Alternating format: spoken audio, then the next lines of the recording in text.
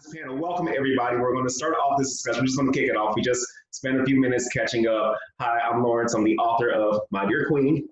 And I have my dear friend, Angie from Chicago, who now lives in Los Angeles. She is an actress and comedian, extremely funny, by the way. And joining me for this discussion today, talking about hair, women's relationship with their hair from when they were little girls, all the way through adulthood, and just the nuances and anything else that comes along with, the hair journey, so to speak. So we're going to kind of just dive right in. But as I was mentioning, I had to bring this back up that I got like the first few hundred copies, right? From the book drive. This is amazing. Like I've got this like two boxes that came in. I said, wow, like this is really happening. So it's really cool. I appreciate you just being part of this discussion. Thank you for your time. And I feel like this is actually going to help us kind of get a little bit closer. The more I do these with my friends in particular, I start to learn so much more about them. So I'm excited to have this conversation with you. You can answer as many questions as you'd like. You can talk as much as you want. Feel free. We're just going to just kind of dive right into this discussion. And one of the first things I wanted to talk about actually is kind of like walk us through your hair journey and what that looked like. How was that? What were some of the highs, some of the lows, from being a little girl and kind of going through your adulthood? So take it away. Sure. So thank you again for having me. This is going to be awesome. Like I was really excited to talk about this because I think every Black woman has a story, right, about their hair. So for me, I started out with my mother braiding my hair, like, every few weeks, right? You having to sit, wash the whole wash day, right? Sit, wash. And she would braid my hair and she would put beads on the end of them. So I would always have like the colorful beads and stuff.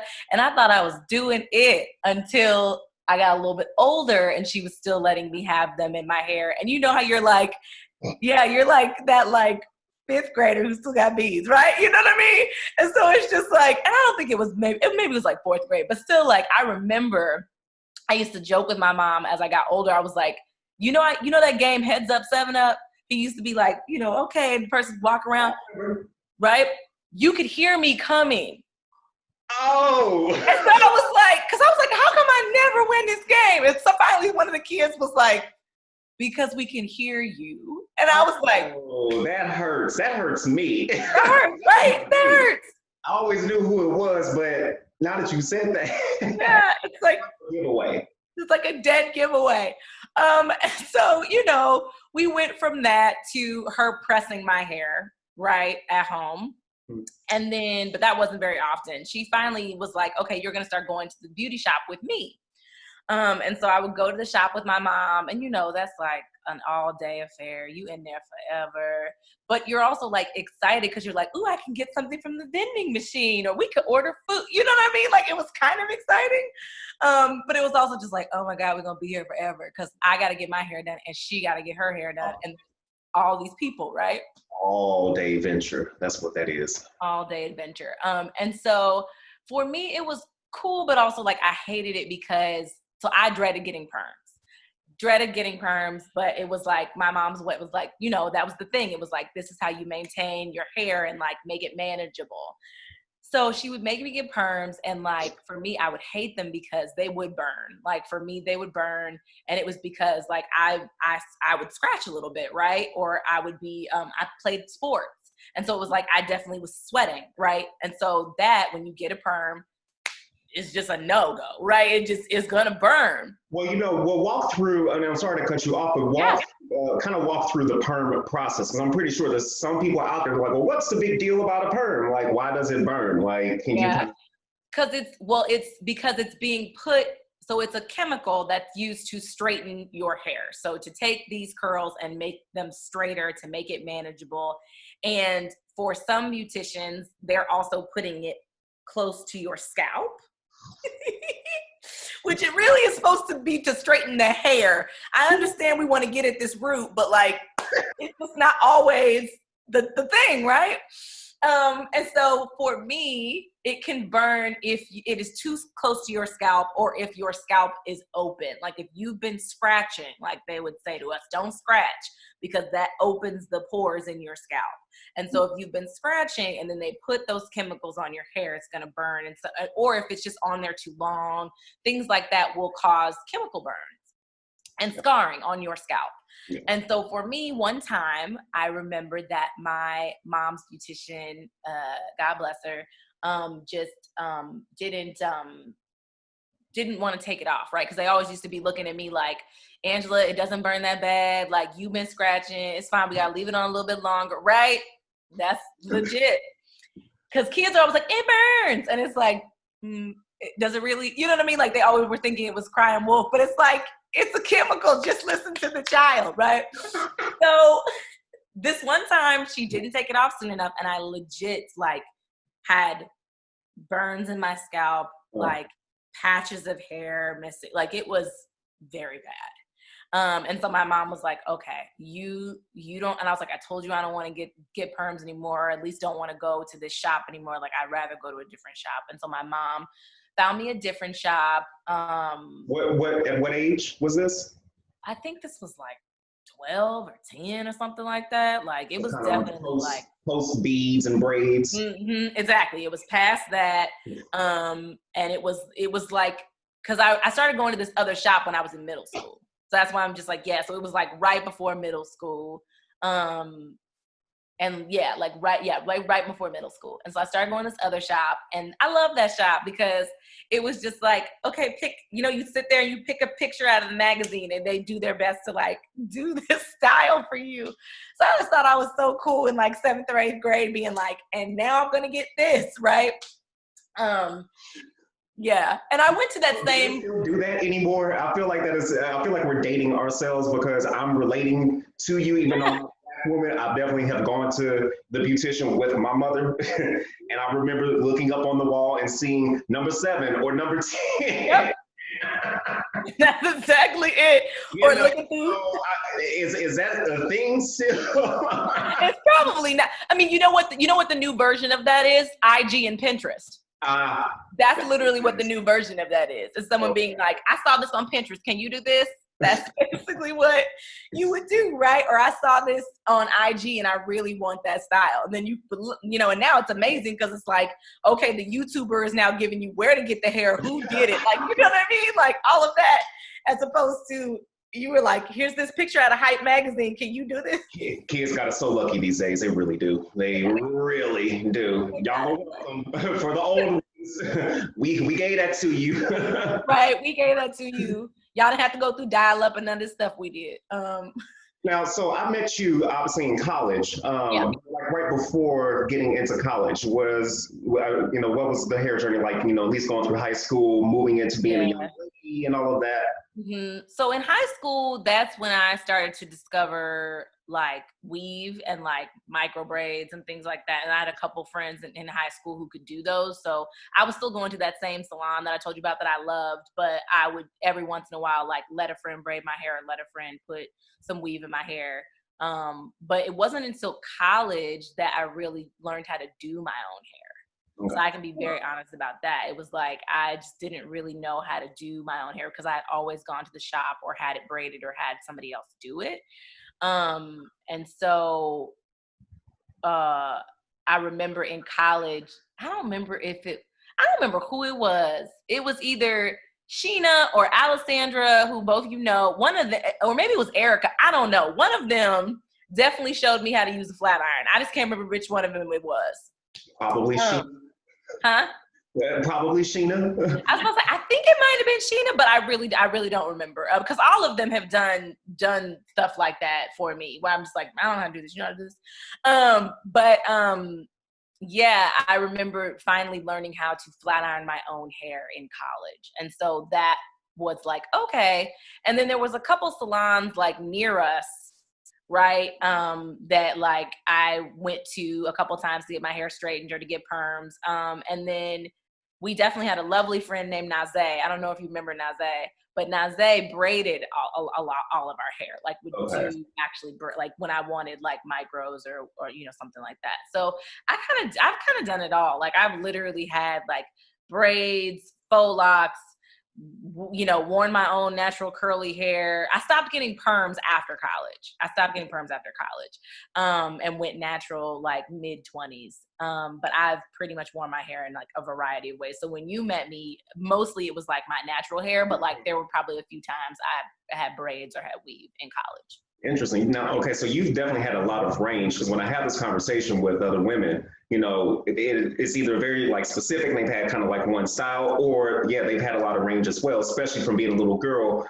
What I also recognize in some of these conversations that moms played a big factor in their little girls' hair, like the hair journey, just from the very beginning, whether they were being very protective of their hair or it was the easiest thing to do and just all the effects that it had on, you know, their daughter, you know, growing up. And usually we're starting, or at least I'm starting to see kind of this pattern of once when you become a young lady, you become an adult, you know, grown woman, you start taking over and having more autonomy over your hair, the choices that you get to make and doing your own hair. But it always seems like it's happening later on in life as opposed to from the very beginning.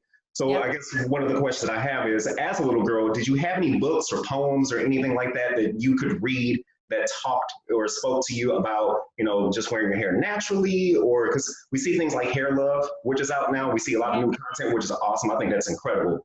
Yeah. For those that are in our generation and even older, it's like, did you have anything that you could connect with? No. I mean, I'll be honest, like, you know, there were songs that I was always like, these songs make you feel good or make you feel like empowered as a Black woman. But like, I don't think there were ever any things that were, NDRE had like, I Am Not My Hair, right? Like, so there was a couple songs that I was like, yes, this song makes you feel empowered about your hair. But I don't feel like there were a lot of like books or poems or movies or things like that that I was exposed to at a young age that talked about that strength and that love of your hair. No. Interesting. Very, very interesting. You know, I guess from the sounds of it, it seems like you've had actually a pretty good relationship with your hair, minus the, you know, the burns in the scalp. Okay, so you're going like that. Yeah. So, I guess, all right, well, I stand correct. It's been okay. You know what I mean? I would say the big thing for me that, you know, the obstacle I had to get over that I think a lot of people do is the good hair versus bad hair conversation, right? I think that had a little bit of a thing for me because people would just always say it. Like, it'd always be like, oh, that person has that good hair. You know what I mean? And I'd be like, huh, you know what I mean? And for me, it just always felt like no one was ever quite saying that about my hair. So it was like an interesting, like, realization as you got older of like what defines good hair and like what is, you know, it's a bigger conversation, right? But it's like, it's systematic. It's this big thing of like everybody, like someone has told you or someone implemented that this is what makes good hair. And then we're all, the rest of us, trying to fight against that thing that people have said, this is what it's supposed to look like. Right? Really, thank you for bringing that up because it's the first time this has come up in this conversation, the good hair versus bad hair. And, you know, for me, this is like, it's a sensitive topic because my heart just goes out. You know, here you have a beautiful young girl, no matter what she looks like, no matter what her hair texture is, and she's having to learn that there is a difference between her hair versus somebody else, and somebody else's could be good or better and hers is bad or not as good. And so like the long-term effects on that young girl throughout her life, it's like she has to undo that. So I guess for people who are new to the concept of good hair versus bad hair or whatnot, or just a good hair, what is your perception of good hair, or what was it back then? I was about to say what it was, you know what I mean? Because I was about to say it's not anymore, but you know, if people have ever seen Spike Lee's School Days, and there's a big, beautiful song about good and bad hair, go watch that. That'll explain it all to you, okay? But it's like, you know what I mean? That's really it. I mean, go watch that movie anyway because it's brilliant. But like, seriously, it's a classic. But that is the thing that sticks out to me as the thing of like people saying that if you were fair skin and you had long, beautiful curly hair, that made you have a good texture of hair. It was manageable hair. It was beautiful hair. And then this like nappier hair or hair that is not manageable or hard to maintain or hard to control is considered bad hair. And so if you watch that song, it is literally like the epitome, and the whole movie is, which is why I'm like, I'm totally advocating, watch that movie. But like, that is the systematic issue that I'm talking about overall, right? Is this whole thing of like, this way looks right, this way is beautiful, as opposed to this way is also beautiful. And right? that's a deeper discussion too, even within Black people, because with us having different shades and obviously, with our ancestry and all of that stuff, it plays into the culture. Yeah, So with hair, actually, the way that I see it, hair actually being a culture of its own.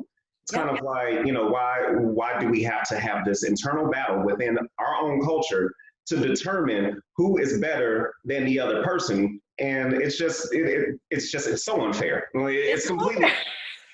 I want to curse, but I'm trying to keep it PG for I this. know, right? I'm doing my best too. I didn't know if we could cuss, so I was doing really good. Thank you for that. And I feel like we can actually dive into that even more. But I guess, let's just kind of just move on. And since you talked about what, I guess, in a sense, what's happened over time and where you are now, and the fact that you see that your hair is good, which Yeah. I love that for you. Thank you, by the way. What do you love about your hair now?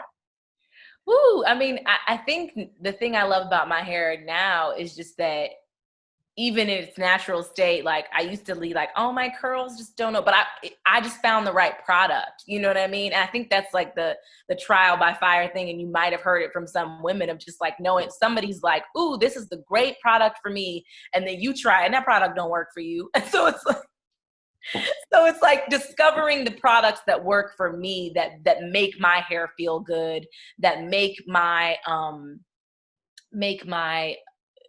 curls pop, that make my hair feel hydrated. So like discovering those things has been fun. And so I would say I love that my hair is just like so unique in the way of like, I used to be like, oh, this doesn't really it's not really manageable. And it is, you know what I mean? Like discovering the thing that works for me, like many things of like, this is what makes me unique. And I love it. Right.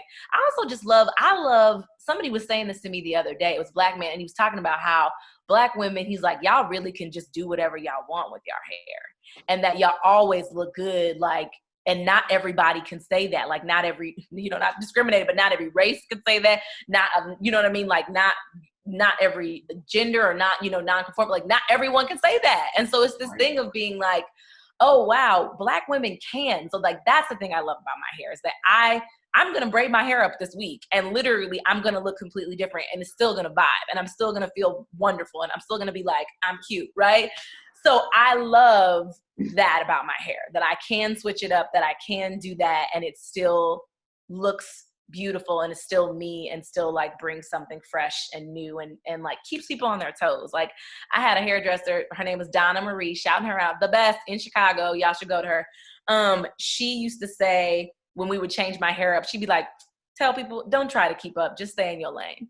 Right. And I was like, yes, like, so don't try to keep up with how I'm changing it. Just let me do me. And so I love that about my hair. That's amazing. See, now as I write in My Dear Queen, your hair is like magic. It can change every day. And that's exactly what you just said. You can be whoever you want to be, whenever you want to be, because your hair is that beautiful and it's that magical. And you've got good hair to do it. So I think that's just, that's the beauty of it all. So if there was one thing that you can tell a little young girl who has beads in her hair or whose mama was trying to perm it, or slapping some weave in when she was going through high school or whatnot, if there was one thing that you can tell her, about her hair, the future generations of queens, what would you say? I would just say, and I've actually said this a couple times to people about just accept the things that make you you and let those things work for you. Like I used to get teased about having big eyes, right? And now everybody's like, oh my God, your eyes are so beautiful. Your eyes are so beautiful, right? It's like those things, right? So embrace those things. The things that people made fun of you for will be assets in the future.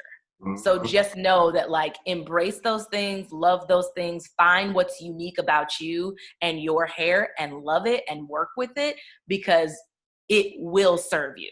Like it will come back and serve you in ways that you did not know could. So ignore the people bullying you, ignore the people saying you this thing is not good or bad hair. Your hair is beautiful exactly the way it is and use that thing as an asset as opposed to a negative. And on that note, That was brilliant. That was beautiful. That was perfect. It doesn't get any better than this. I'm so glad that we've had this conversation. I would love to keep talking with you more about this. Maybe we can have a follow-up, especially get more into that good hair versus bad hair, and bring maybe like Sheena and a few other people into this. Absolutely. But other than that, thank you so much for your time. Thank you for joining this discussion. You are beautiful, my dear queen. You're absolutely amazing. And thank you, everybody. Like I said, all these books just got here. You will start to see them going out. You can find them on Amazon. And if you want to join the conversation, hit me up and let me know. And thank you so much. And you have a wonderful day. You too. Love you. Bye.